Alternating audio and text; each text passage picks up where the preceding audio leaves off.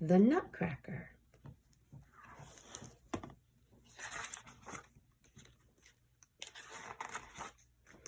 One cold and frosty Christmas Eve night, the Staubaum house shone festive and bright.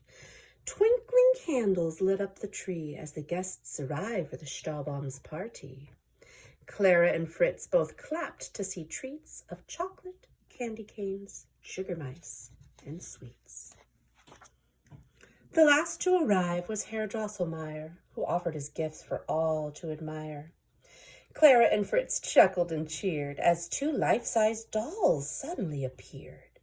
Then Clara and Fritz watched, entranced, as the magical dolls whirled and danced.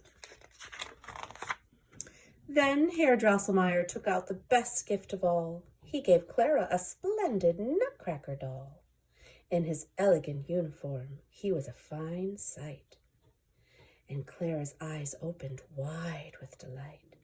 But before Clara's thanks could even be spoken, Fritz grabbed the doll, and it was broken. Herr Drosselmeyer, being kindly and good, tried mending the Nutcracker's splintered wood. Then, after much feasting, dancing, and play, Herr Drosselmeyer left on his sleigh. As he waved good night, Clara's mother said, "Hurry now, children. It's time for bed." Later that night, as the silent house slept, Clara rose from her bed and down the stairs crept. Then, among all the presents she quickly sought the Nutcracker that Herr Drosselmeyer brought. Snuggling down with the doll in her chest, she waited for sweet dreams to fill her night's rest. Ooh, do you see him? Before very long, she awoke with a fright, startled by strange sounds in the still night.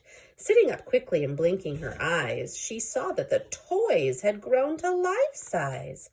Her beloved Nutcracker stood mighty and tall. When she stood beside him, Clara felt small. Behind him, toy soldiers stood in a row with their muskets all loaded and ready to go. Then a troop of gray mice marched into the room and started a battle by the light of the moon. The mighty mouse army, led by the Mouse King, bombarded the soldiers and looked set to win. The Nutcracker commanded as best he could, but they were outnumbered, and it didn't look good.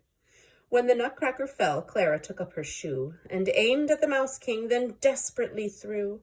The soldiers all cheered as the king was struck down. The mice were defeated, and the toys seized his crown. When Clara looked into the Nutcracker's eyes, she was amazed and gasped with surprise. For during the battle, or perhaps even since, he had changed from a doll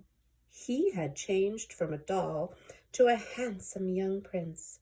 Now the prince looked at Clara, bowed down, and cried, "Come, my dear Clara, let's go outside." The prince led Clara to a magical sleigh that flew through the night to a land far away.